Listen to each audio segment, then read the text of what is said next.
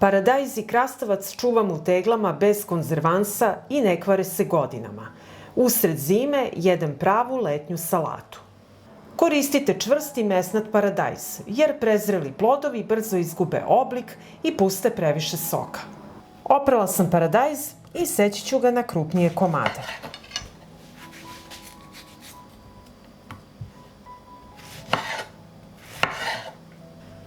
Krastavac sečem na deblje kolutove.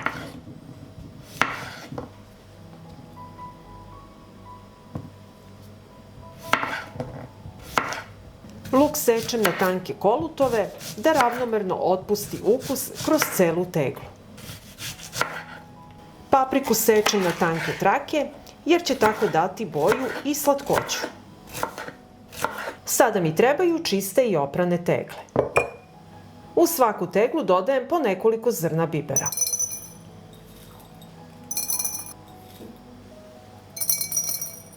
Dodajem češanj belog luka,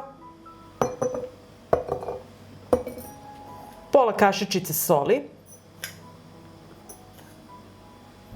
dodajem sveži peršun, dodajem kašičicu šećera, dodajem kašiku 9% sirćeta, kiselost je važan deo bezbednog konzerviranja. Dodajem luk, papriku,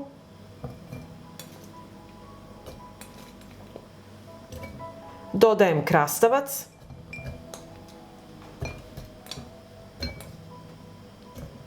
dodajem paradajz,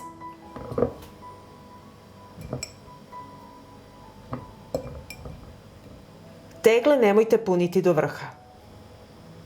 U tegle sipam vodu da prekrije paradajz.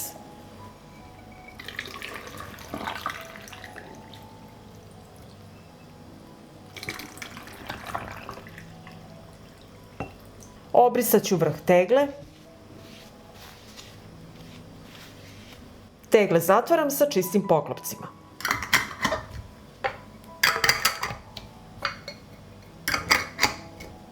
Potrebna mi je dublja šerpa.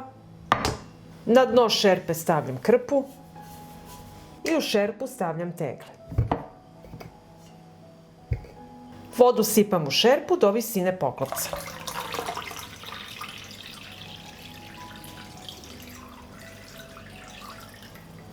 Šerpu stavljam na šporet. Od momenta kada voda proključa, pasterizujem 20 minuta. Ostavit ću tegle da se potpuno ohlade u vodi. Kada se tegle ohlade, središnji deo poklopca mora utonuti. Tegle čuvam na tamnom i hladnom mestu do upotrebe. Ako vam se dopada video, ostavite mi srce u komentaru i like. Hvala vam, dragi prijatelji!